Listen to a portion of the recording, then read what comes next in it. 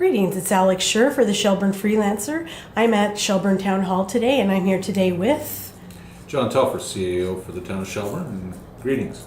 Greetings. I wonder if we can ask you a few questions. Can you please describe your duties as CAO? Well, I guess the easiest way to describe it is I'm the liaison between council and the administrative staff and public works. It's my duty to develop policy, bring it forward to council for endorsement. It becomes council's policy, and once it's passed, it's my duty to enforce and to bring all policies into effect through our staff, whether it be public works or administration staff, or through our police. Can you please give a brief overview for our viewers regarding the issues discussed at the last council meeting? Well, it was an interesting meeting.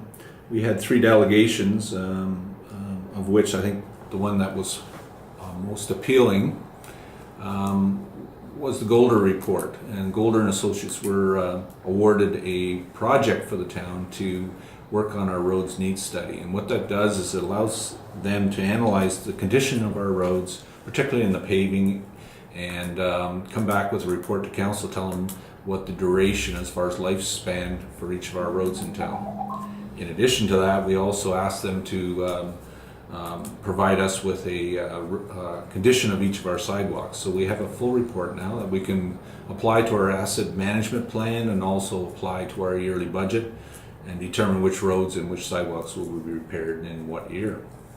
As CAO, what are some of your major concerns for the town of Shelburne moving forward? Well, as you know, it's a fast-growing town. It's had a lot of growth over the last 10 years. This last 5 years has been extremely quick as far as growth. But behind that is many years of planning and ability to bring a lot of components together. Moving forward, we have to be very conscientious of our borrowing capacity as far as what the town can take on as far as debt. The ability to choose what type of development we want moving forward. The ability to be very conscientious of what the community needs are as far as what the people would like. And last but not least is to make sure that we're continuing to keep our infrastructure at a very repairable level. Do you encourage Shelburnites to attend council meetings? Is that the best way for the public to become informed on the issues at hand? Well, absolutely. I mean, to hear it firsthand and get the knowledge firsthand is always the best way. And a lot of people come periodically, particular interest on an agenda, they may come and stay for that portion of the meeting. We do have a lot of open meetings where it's a public meeting where we take public consultation. There is a question period at the beginning of each council meeting, and the public can ask a question of council. Not necessarily to get the answer that night, but at least it's into the queue that we are to respond to that particular individual. We do also take delegations that are pre-planned with the clerk's office. And those delegations gives the individual 15 minutes to address council on a concern or an issue that they want to bring forward to council. So it's a very open and a very public process. That sounds very arduous, actually. I'm glad about it, though. What are some of the frustrating government stumbling blocks council faces just representing the town of Shelburne? Well, I guess the most noticeable one would be we find that the upper levels of government, being the provincial government and the federal government, their process is a lot slower than our process at the town. And what I mean by that is we try to be expedient, not waste any time with red tape. We want to be engaged. We want council to be aware of all the issues and all the facts relating to a decision they're making. We want the decision to be work in a time frame that allows good construction opportunities, allows development to be in a timely manner. We find at provincial level particularly that is a stumbling block. We cannot control their timetable, and often they are very late in their deliberations with us and somewhat demanding on some of the conditions that they apply to their approvals, and it does slow the process down. However, that is reflected back on the municipality simply because we're the one that are conducting the business with the development community. So that's a misconception some people have. A lot of developers do understand that is part of doing business, but at the same time the town is as anxious as the residents are to see the development move forward.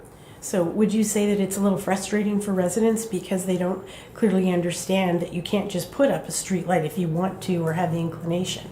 There's a process. Exactly, and there's usually a process attached to whether it's an MTO issue or an MOE issue, whether it's a MAFRA being in some of our rural areas, whether it be a process that requires certain licensing that has to be obtained or that.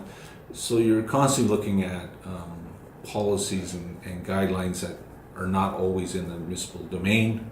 We often have to go outside to an upper level for approvals. How long have you been the CAO of Shelburne, and what is your proudest accomplishment thus far?